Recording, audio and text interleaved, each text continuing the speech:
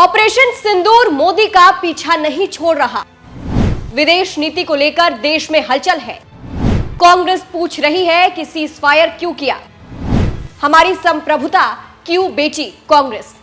नमस्कार, मैं हूं आपके साथ सृष्टि श्रीवास्तव। जिस तरह से मोदी सरकार ने पाकिस्तान को टैकल किया है वो भारत के इतिहास में अमर हो गया है। जिसे बीजेपी अपनी काट के लिए कांग्रेस पर 20 बैठती है, वही बीजेपी को जब मौका मिला तो कांग्रेस वाली गलती कर बैठी। और विश्लेषक ये कह रहे हैं कि जितना नुकसान कांग्रेस ने नहीं किया उससे ज्यादा बीजेपी ने कर दिया है।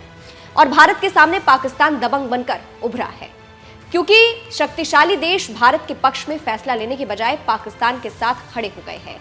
सोने पे सुहागा यह है कि सीजफायर का ऐलान भारत पाकिस्तान की तरफ से होना चाहिए, लेकिन तीसरा देश अमेरिका ने किया। इसी को लेकर न्यूज 24 से बात करते हुए आशुतोष ने कहा कि पिछले 10 साल से आप कह रहे हैं कि पाकिस्तान में घुसकर मारेंगे और पीओके लेंगे। जब आप इस तरह का नैरेटिव गढ़ते हैं तो आप जनमानस को बताते हैं कि हम कर देंगे, लेकिन बीजेपी उसी रणनीति की आज खुद शिकार हो गई और अपने ही पैर में कुल्हाड़ी मार ली। लोगों को यह हजम ही नहीं हो रहा है कि ये हुआ कैसे, और आपने क्यों पाकिस्तान को इन्फॉर्म किया कि हम हमला करने वाले हैं, और क्यों बता रहे हैं कि हमने आतंकियों पर हमला किया, आपके गढ़ पर नहीं।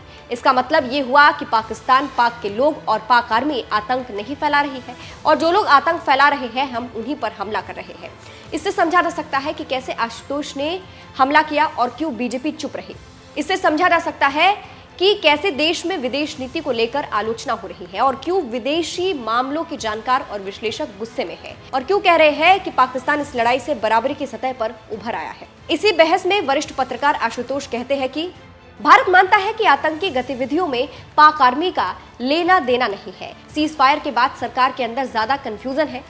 बीकानेर में पीएम मोदी कहते हैं कि पाकिस्तान और पाक आर्मी को हमने सबक सिखा दिया है। तो दोनों बातें एक साथ कैसे चल सकती है? एक तरफ पाक आर्मी अच्छी है तो दूसरी तरफ सबक सिखा दिया।